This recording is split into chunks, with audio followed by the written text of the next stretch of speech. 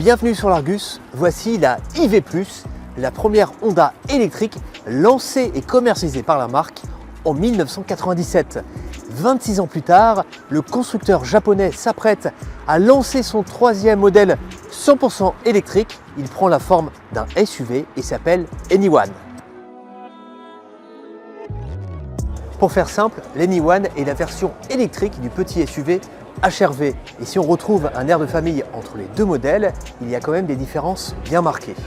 Il y a d'abord cette calandre spécifique qui abrite la prise de recharge.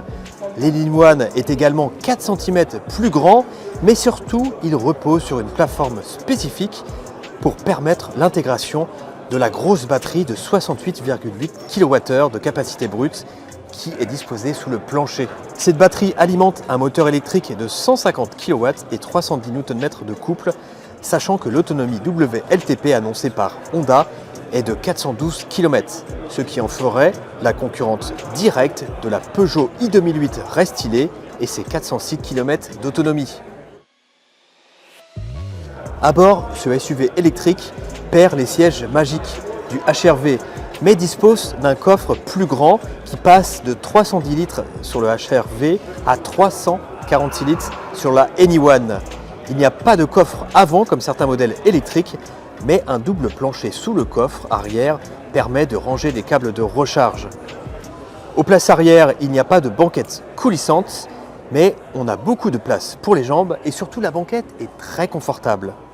Mais la différence la plus marquante par rapport au HR-V se trouve bien aux places avant avec ces deux grands écrans, notamment on le voit un poste d'instrumentation entièrement numérique, surtout cette grande dalle de 15,1 pouces implantée à la verticale, ça c'est vraiment une première chez Honda, mais pas question comme certains constructeurs d'afficher la carte du GPS sur toute la largeur de l'écran. On voit, pour garder une ergonomie correcte et vraiment que ce soit pratique à utiliser, Honda a séparé l'écran en 3 parties. On a tout en bas l'affichage pour les réglages de la climatisation. Au milieu, on peut avoir tout ce qui concerne la musique ou les infos de conduite. Et en haut, vous avez les informations liées au GPS. Et voilà ce que l'on pouvait dire sur l'Anyone, donc ce SUV électrique Honda qui sera fabriqué en Chine pour l'Europe.